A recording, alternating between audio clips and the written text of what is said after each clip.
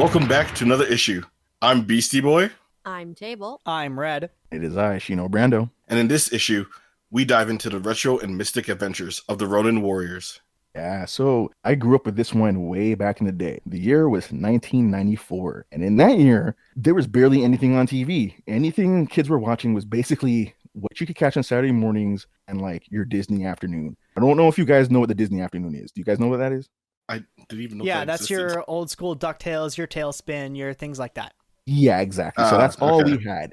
And that was in internal reruns until like cooler stuff came out, like Gargoyles and all that. Mm. In 94, anime wasn't a thing yet. Like you still had your one or two titles that made its way through like Akira and like Robotech. But other things were still kind of like on the rise. And then that same year, I think like 95, things started really blowing up. YTV being the quick purveyor of anime, I would say, the originator. They grabbed a couple of titles. One standout was Samurai Pizza Cats, which got people into anime on the Saturday morning circuit. Then the big wigs came in, like your grandma and grandpa's like anime, like your Sailor Moon and Dragon Ball Z came out in 95.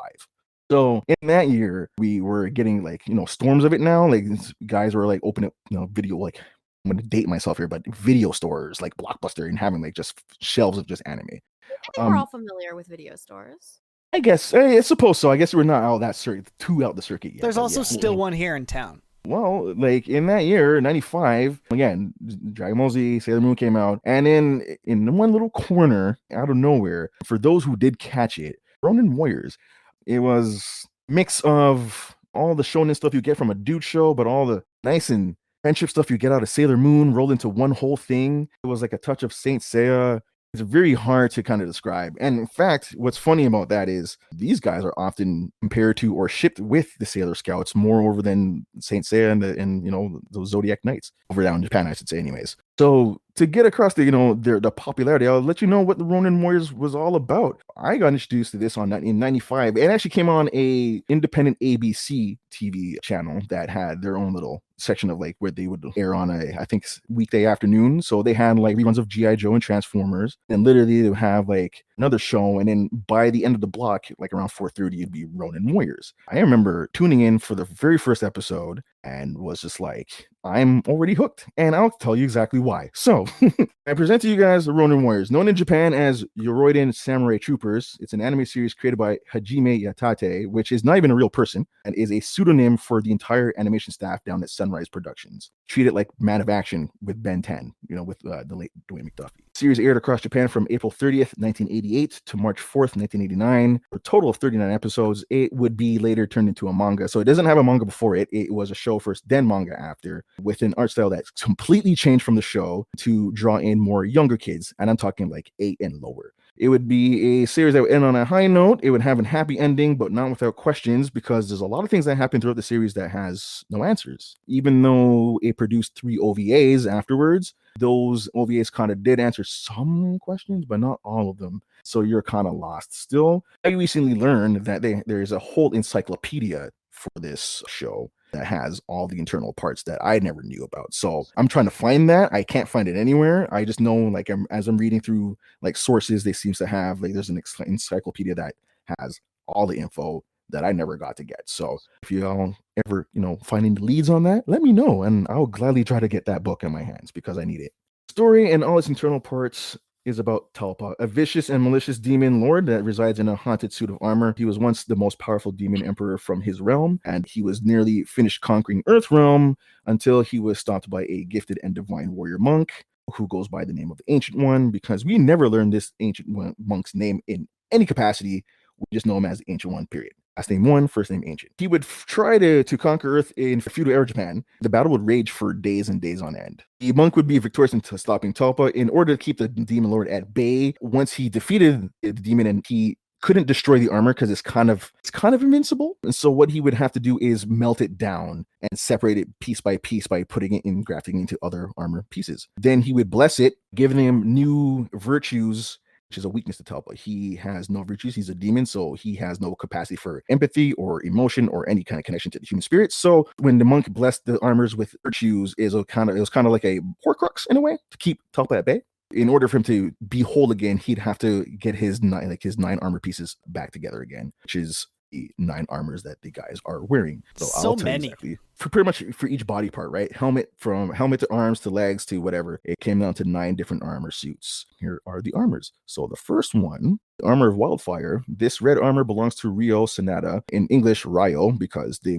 didn't want to have his name being made fun of, comparing it to a country, so they decided to call him Ryo instead. He is the unofficial leader of the group and arguably the most powerful of the bunch. His virtue is literally virtue. He's accompanied by his loyal pet Siberian tiger, White Blaze. He was the first to arrive on the scene when Talpa attacked Earth in the modern day. He's brash and impulsive. He's also good-hearted and extremely loyal. His armor comes with 2 katana that can be attached at the Kashira. And as the owner of the armor, Ryo inherits the title of Ryo of Wildfire. His armor and weapons allow him to summon his power move, the Sure Kill in Japan, which is called Flare Up Now, in which Ryo slices the very air to summon pure white fire to end his enemy. He is based on Yukimura Sanada, a real samurai who died in 1615. And I believe that's the same samurai who I think wore red armor and died on a bridge standing, keeping his enemies at bay. Oh, I've totally heard that story. I feel a little bit bad with the joke I was about to make that, my virtue is virtue. I am a good person because I'm a good person. Don't fucking talk to me. Yeah, he's quite literally just all of them. He's all the virtues for some reason. Listen, so you had insisted that we watch episode 1 of this show to fully grasp exactly what we're talking about. And the moment this man showed up on the scene with his stupid white tiger, who are those 2 magicians that have the white tigers? Siegfried and Roy. Yeah. Okay, so he looks like both those mashed up, give him a white tiger, call it a day. Yeah. Which, for the record, the show makes that joke too. It knows what it looks like. Damn. Right? Yeah. And B, this is the same dude from Saint Seiya. You can't tell me otherwise. I won't even deny it. Exactly. When you look at him, it's just like, that's Seiya. He's red, he's the leader, and his virtue is virtue. And he's plot man. From what I learned in the encyclopedia entries, though, so he came upon White Blaze when White Blaze was a cub. And he just pretty much nursed him back to, I think, health, and he just never separated from him. So it was kind of like destined to be. Next armor, though. Are you guys ready? Armor of Hard Rock. Pause. Pause. Could there be a sick guitar riff there? This orange armor belongs to Kento Rei Fang. He's the comedian of the group and the second most powerful of the bunch, just based on his natural strength alone inside the armor. This armor can become the most powerful if the wearer learns to focus its power as a singularity and not be a scatterbrain. It is also the most violent of the armors. Kento is the only warrior who has trouble with his armor, as his mind isn't primarily focused on battle, but more about fun. His armor represents Earth, and he inherits the title of Kento of Hard Rock. Pause. His virtue is justice. The armor comes with a 3-section staff and a naginata, which he can wield like nunchaku. Its sure kill move is Iron Rock Crusher, pause, which causes a massive earthquake seismic eruption. But yeah. Kento's fun stuff because he's the humor of the group. He's literally your Michelangelo all the way through. Mm-hmm. He's man, but I love orange. that guy on purpose. Oh yeah. Wait. Like this lines up close enough. Are you telling me that it's possible that Kevin Eastman would have watched this and took some inspiration from this? In fact, it's the reverse. What? They would take inspiration from the Ninja Turtles. What? I don't know how to feel about that. In reverse, man. So the next warrior, it's going to be Red's favorite, Armor of Halo. This green armor belongs... Jesus. This green armor belongs to Red's new obsession, Sage Date. Sage is the most mature and aloof member of the group, often seen on his lonesome. He's not much of a talker unless it's necessary. Sage is guided by the virtue of wisdom, and his armor represents the element of light. Sage was the first of the gang to learn the origins of the armors and that they could easily be used for either good or evil. So he was the warrior who kept everyone else in check time to time. The armor comes with a Nodachi, and the sure kill is Thunderbolt Cut, in which Sage harnesses Earth's natural lightning. It can use as either general attack or focus as beams of lightning. Sage is based on real-life samurai Date Masamune, the famous one-eyed swordsman who was said to have lost his eye to an arrow and then proceeded to pluck the eye out and eat it, saying that it was a gift from his mother. He then proceeded to wrap it up and went on to win the battle. As an intentional nod to the real-life samurai, Sage's hair is stylized to cover one of his eyes. So just, the whole concept is just really boggling my mind right now. Yeah. I'm still going to call the green guy on screen a twink, but damn. Okay, listen. Okay, so this man makes his appearance. Frame 1... and flexes on our villain that shows up in episode 1. So prepare yourself because Sage will flex on you every time throughout this entire show. every time. He can flex on me anytime he wants. Sage is the one who like he's the second one who won't crack first. There's another one of them who's like who holds his calm under any type of pressure, doesn't matter. But then Sage is the second one who's able to do it. If you push Sage enough, yo, bro, you're fucked.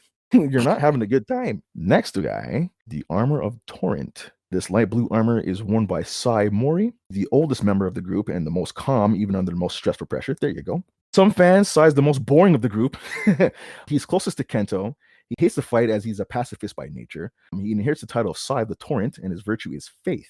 His weapon is the Jumanji Yari, whose prongs can close, allowing to grab opponents or cut through obstacles. The armor sure kill is Super Wave Smasher, which is a powerful burst of raging water. The armor also comes with a pair of dagger and a claw-like gauntlet that he never uses, which is a nod to his pacifist nature. His last name is possibly a nod to the Mori Motonari, a real-life daimyo back in the day of feudal era Japan. Every one of these names and armors and everything has been absolutely bangers. Wait till I get to the warlords. That's the best part. Those are fun. Here, I'm going to let you guys know on the last warrior now. So this is the armor of the Strata, or in Japan, armor of the heavens. But because North America doesn't do religion in kids television, it became the Strata. This dark blue armor belongs to Roman Hashiba. He's the most rational of the group and often the voice of reason to Ryo and Kento's rage, outbursts, or lack of focus. Rowan is the most unwavering of the group and probably is the character that lives up to the Ronin Warrior title. When I was telling you guys, like, most of them usually run with doubts about themselves, Rowan will not. He's very sure about who he is and when he's wearing that armor. He's a Ronin Warrior. The armor is equipped with a golden collapsible bow that can summon an infinite amount of arrows that manifest in Rowan's hand once he reaches into his back-mounted quiver. Armor never runs out of arrows, period. He's a clutch marksman and never misses. It is mentioned that his armor is the most pure. His sure kill is Arrow Shockwave, which is an arrow overtly powered by the vacuum of space and once fired moves at a supersonic speed with a devastating shockwave. Rowan inherits the title of Rowan of the Strata, and his virtue is life or chi. Rowan has an IQ fit for Mensa at an incredible rate of 250. Before being guided to his armor to face Talpa, it was speculated that he was on his way to high-end academics. Rowan's last name, Hashiba, is probably attributed to Toyotomi, Yoshi's original surname, Hashiba. Toyotomi was Oda Nobunaga's successor, Oda being a real-life war-hungry dictator in feudal-era Japan. Toyotomi unified Japan under his rule for a little good while. Those are your Ronin Warriors. Goddamn. I love them all. Reloading who? Yeah, exactly. Like, this is the Exactly. archer that Hawkeye tries to be. Like, Infinite amount of arrows. Imagine that. So along with them, we have three who accompany the boys on their journey. We have Mia Koji. She's a 17-year-old French-Canadian Japanese girl who happened to be visiting her grandfather in Tokyo when Talpa attacked. Coincidentally, her grandfather had been researching old lore and happened upon Talpa's like part of lore. Feeling that some lore would become real, he dedicated his life to trying to find out who the Ronin Warriors really were, and if they were real, if he could try to get them to gather. She loses her grandfather during Talpa's arrival and continues to research in his absence. She's intelligent and brave, often caught in the crossfire between the Ronins and the bad guys. I mean, she's caught in the crossfire a whole fucking lot. For someone who has like no armor, no nothing. I mean, this girl throws her neck out there, no problem. I'm not caring what's gonna happen. And she really believes in those boys. They're gonna save her life, man. So big ups to her for that. I'm thrilled to see where that goes just based on her introduction was literally running into the street, stealing a bike from a cop to go tell them to sort their shit out and stop messing around. So when it comes down to it, I'm gonna kind of spoil it, but when the guys get separated, I mean they're separated. They're not with her. She has to go gather them back again. Like quite literally, it's just her, that little boy Yuli, and White Blaze, and I mean they're at it. They're being pursued, and she starts the quest, and she gets the quest completed. You mentioned the grandfather, right, earlier? Hmm. And so, like, as you know, we had like seen the first episode just to get a reference of everything. Yeah, how the fuck does this dude just like throw knowledge as if he knows who they are like right away? That's I told That you was the that most like fucking bizarre shit. he's just like, "Hey, father, there's a boy on the TV with a tiger. That's a Ronin Warrior. How do you know? Yeah, How do you like know?" this man is the mustached exposition man. That's what he is. Yeah. I How just did you know was so this? confused. He literally just comes on. All he hears is like, "Hey," he's like, "Oh, there's a boy with a tiger." It's like, that is the Ronin Warrior. And he's like, "Who the fuck are you?" Did you know?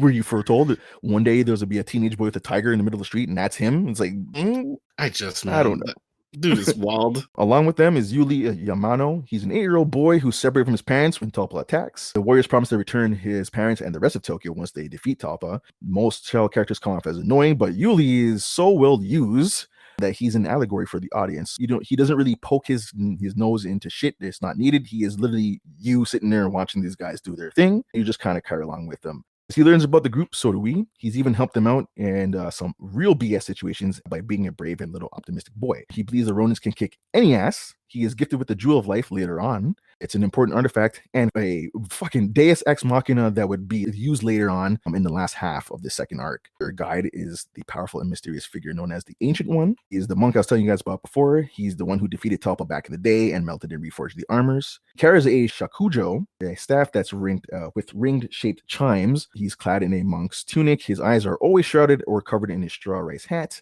If you do see them, they're usually pure white, like Raiden, and we pretty much uncover his story as the plot progresses. And those are your good guys, and that's all you're getting for good guys. We're about to move on to the evil dynasties.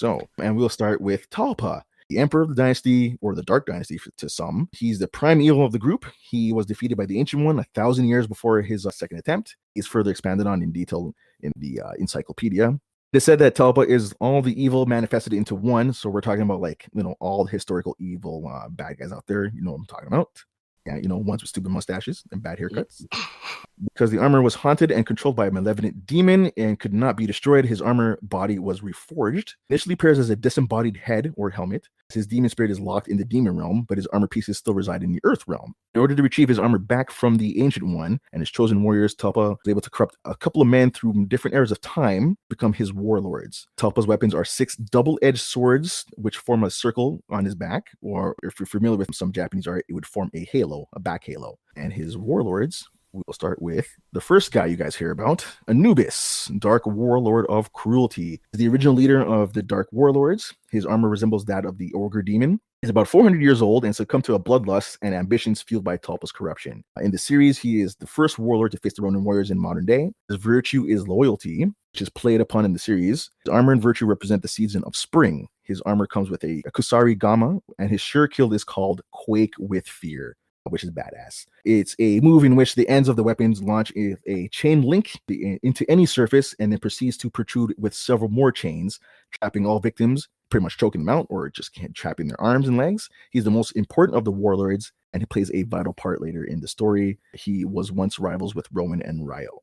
Next one is Sekhmet. He's the Dark Warlord of Poison or Venom. He's the second warlord to face the Ronins. He is sickly in appearance with pale skin, purple eyelids, and beady black eyes, often rivals Sai the Torrent. His armor is that of the Orochi snake and represents autumn. His virtue is piety. Sekhmet's armor comes with 6 katanas that exude poison and can cause blindness. He's able to move his arms at incredible speed, making it seem as though he has 4 arms. His sure kill is called Snake Fang Strike, in which he attaches all 6 katanas by the ends and makes a chain link, which he whips around, spreading more poison. Next, Gale, Dark Warlord of Corruption. He's the third warlord to face the Ronin Warriors. His armor is that of the Jackal and controls the darkness and corruption, often facing off with Sage of Halo, the light. His armor represents winter, and his virtue is obedience. His armor comes with a Nodachi with claw-like armor spikes. Sure kill is called the Black Lightning Slash. She fires off bolts of black light or black lightning, veil, or the darkness of night, the void.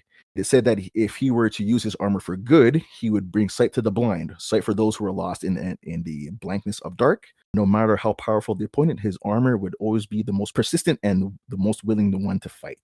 Wait, so maybe I'm just being dumb, but Anubis and Sekhmet are Egyptian gods. Is Kale also an Egyptian god? Because I'm honestly just thinking about leaves. No, Kale's name, I'm not too sure where it stems from. Same thing with like the next one, Deus. His name comes from another part of lore too. I do know their names do have to come across, I think, with older historical figures that may or that disappear through time, or other deities like Sekhmet, Anubis, beings of death, basically. Yeah, beings of death and such and such. So I'm not too sure. Again, I gotta get my hands on that encyclopedia because there's so much to it, like naming convention and all that stuff. So there's so much in between that I don't really know, and it's so hard to find. But I gotta get my hands on it to get The next guy's Deus, and I know his name is from somewhere to historically things, but I'm not too sure where though. Here we go. So Deus, Dark Warlord of Illusion. Is the oldest of the Dark Warlords and the final warlord to face the Ronins. His rival is Kento of Hard Rock. Pause.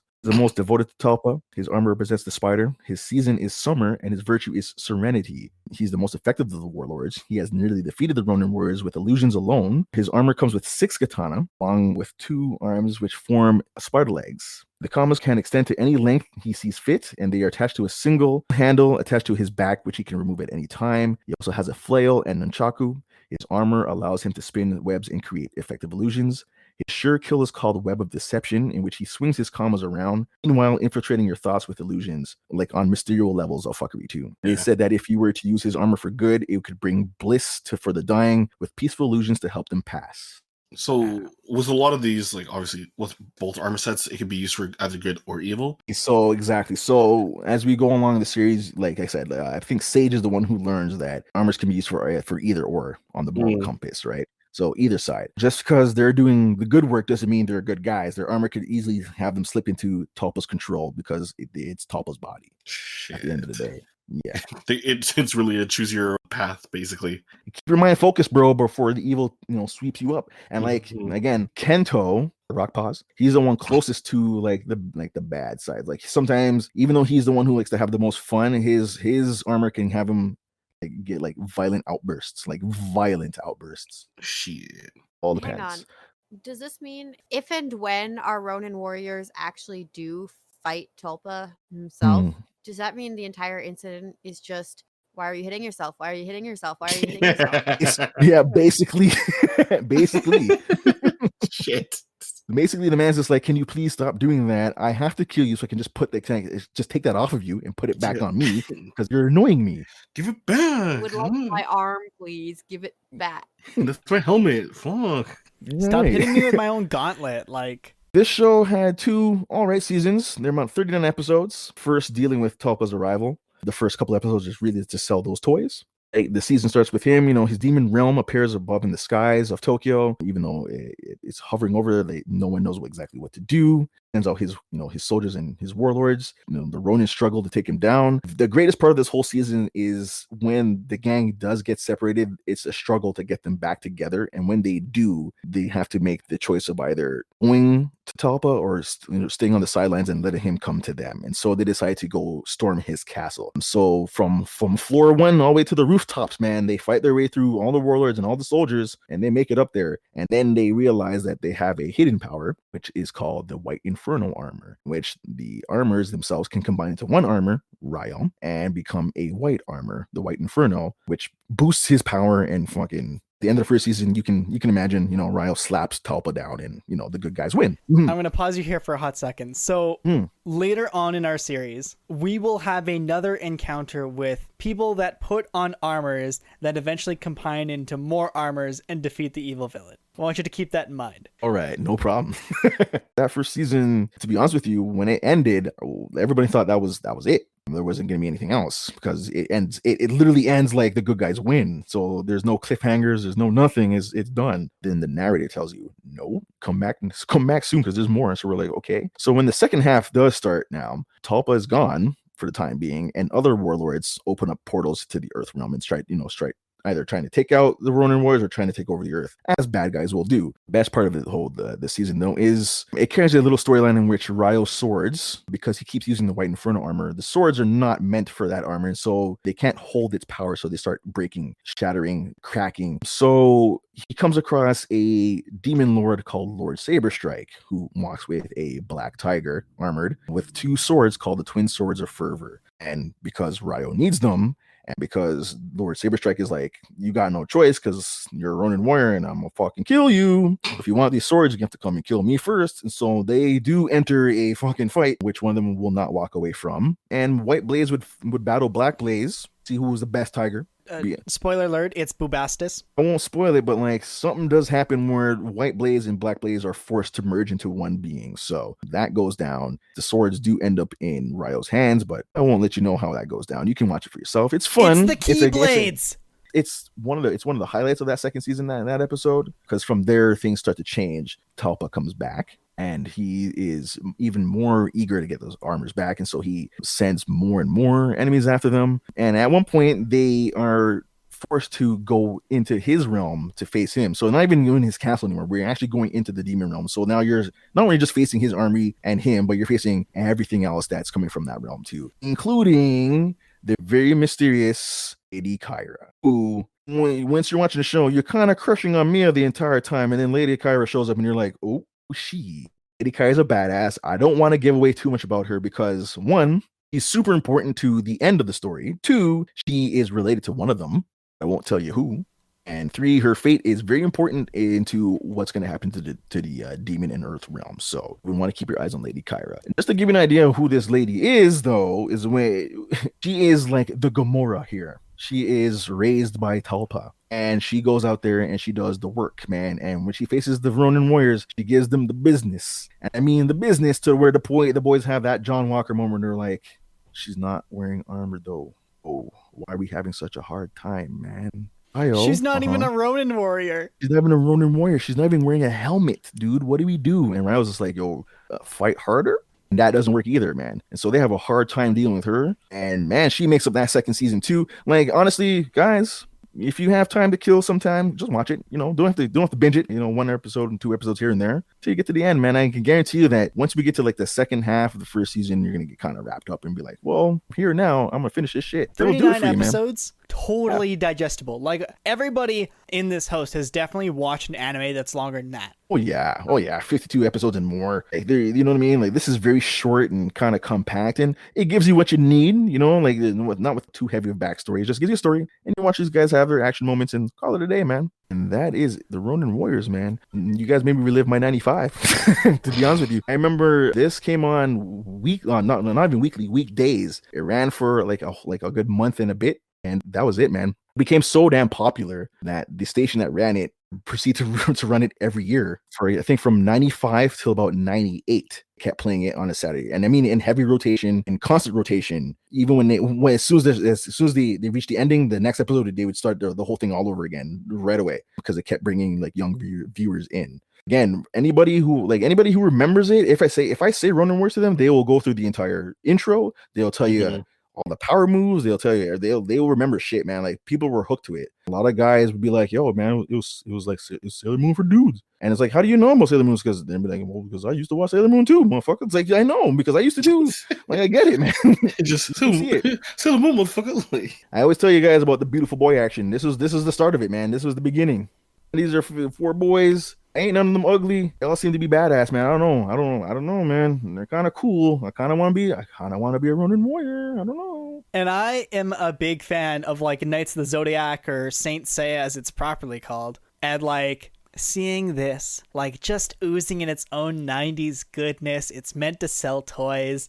Like, this is everything from an anime that I love. What's funny about it is, even though it's short-lived, back in Japan, it's respected. And when they do like voting polls and everything, and like especially over the decades, when they talk about like great shonen like characters or like great heroes, whatever, these guys usually, one of them or some of them usually rank in those polls on a yearly basis. And it hasn't been in public eye since like 93, I should say. Like, other shows keep getting revivals, Dragon Ball Z, and even Sailor Moon's got a revival and everything. Astro One Boy. Piece is still here. Right, exactly. But these guys have never got a revival, and quite literally people still remember this shit, or people still have some of the like merchandise or even some of the home video release stuff, and like share it with, you know, their family or kids or whatever. So like, it's still in some people's like memories or wheelhouse. Oh, here, man, it was, you got it and then it was gone.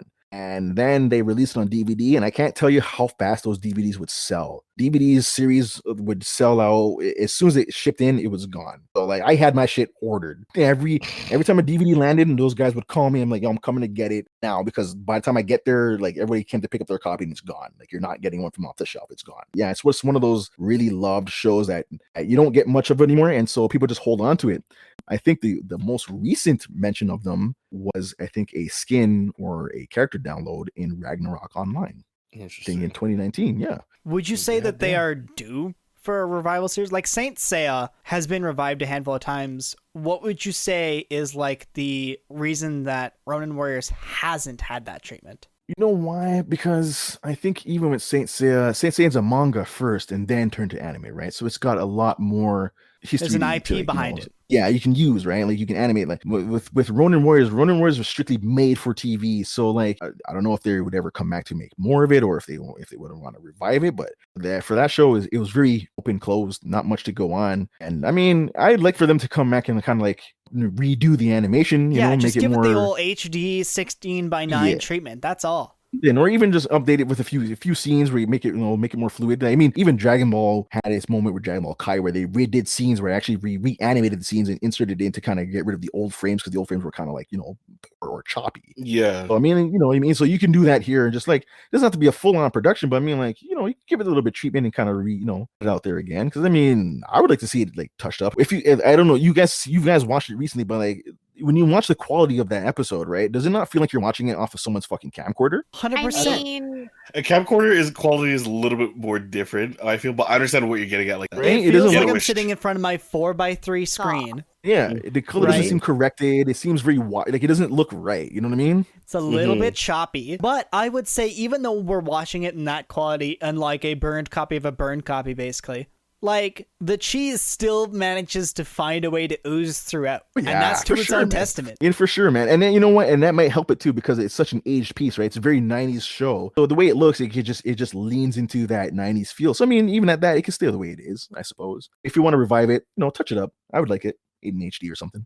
And those 3 OVAs. Mhm. So, like, first one's not very important. It's just like literally a side story of just the further adventures of the Ronin Warriors. Like, the second one is where it kind of matters the most, where we introduce a 10th armor, a hidden one that's been hiding out in Africa the entire time. It's called the Black Inferno, or the Black Sun armor. It belongs to a African prince, and he's badass as fuck. Doesn't talk much, but he gets the job done. He They comes have to in, go. kicks ass, and then does his shit. Yeah, the struggle is Ronins have to face the armor, but the problem is he's not a bad guy. So I'm being like, do we have to face him? Like, the armors call out for battle, so they have to do it. Pretty good stuff. And the Mhm. last one is called Message, which is nothing like the rest of the series. It's actually very, can I say it? I don't want to say boring, but when I say there's nothing happens in this thing, nothing happens in this thing. It's literally them Mhm. bring their thoughts and feelings from throughout the years and their concerns about where they're headed to the future. It's a sit down piece about finding out like what makes these guys tick, why they Mm. keep doing what they're doing, and if they really want to. One of them even tries to commit suicide in the fucking thing. Excuse me? Yeah, one of them tries to commit Jesus. suicide, and the armor will not allow him to do it because he's tired of fighting all the time. He wants to live his Okay. life, but he feels because like so it's Rowan. Okay, the one with the blue hair. But Rowan's like the point where now it's like we've done all the fighting. Is it not time for us to move on? But the armors will not leave, and he feels like because now the armors are now attached that they no longer have a life of their own. The armors control their lives because they have to be in constant battle. He won't be able to be himself. So test the armor to see if it really won't be separated from his life. Rowan literally jumps off a fucking building oh my Right? god. because gravity is the gravity wins overall, right? He jumps off the highest building he can, and before he can hit the floor, the armor stops him. It just like it levitates him, and he just lands on his feet. I mean, So at that point, he's like, we have no control. At first, we use the armor to kind of fight, but like now, do we even need it? And if it won't let us go, what are we becoming? Are we becoming warlords? Is Mm. that not what we just killed? I get that there might be frustration with this because it doesn't sound like the kind of action that the majority of the show appears to be based on. But I feel like that kind of character work is really significant, especially because, yeah, now you have this whole concern of how much autonomy do these guys even have? Yeah, exactly. And the fact that the 5 of them have to come to the grasp the idea that because they're now attached to this armor, that this is now your job for the rest of your life. Are you even mortal men anymore? Will you ever be mortal men anymore? And then when they make the decision, they now transcend Earth realm to become something more. So they head off into human realm forever as Ronin Warriors fucking Did forever. they get on the boat and travel to the land of the elves? Like, The only one even better. So they meet a new ancient one who kind of ups their powers, gives them new sets of armor, but you never see what the armor does for them. Yeah, and they look badass as fuck. Mm. Then she opens a portal to the heavens, and they're all gone. They're just gone. They leave. I think they leave behind some notes for Mia and Yuli to say goodbye, and they're gone, man. They just dip like that? They're gone, man. Oh my god. And that's the Ronin Warriors, dude. well, thank you so much for taking us on that roller coaster of an adventure. Jeez. No problem. Yeah, man. There's fun stuff in there. Do suggest watching it and give it a go. And you guys enjoy it. It's one of those things I carry. Like, it's one of those shows I will never forget. I carry this from like my childhood, man. I remember this when I was 11. I'm old now, and I'll even watch it now still because I just love it to death. So hope you guys enjoy. My biggest thank you goes out to introducing me to my new husbando, Sage Dante. Right, Oh, and I believe man. you can catch them on. I think they have it available on Prime Video. It's on Crunchyroll, and I think it's on Tubi for free too. And I think they got some episodes there. I think you shared it with. They have some on YouTube. I think so. You can catch it, man. It's everywhere. And with that, Beastie, if you please. Well, if you'd like to hear more anime adventures, just to our channel, and then that way you can tune in every Wednesday and catch us streaming live on Thursdays as well on twitch.tv/nerdcrusade. You can follow us on Twitter and Instagram for more updates and join our Crusader chat on Discord. The links are in the description, and you can download any previous episodes or listen on your mobile device through anchor.fm or search Nerd Crusade on your favorite podcast app. Thanks for joining us, and until next time, fellow Crusaders. It's to be continued. Thanks for tuning in. If you like this video, go ahead and button mash a thumbs up. If you want to swing by when we have a new video, web up the sub button. Oh, and while you're at it, hit the bell to be notified by.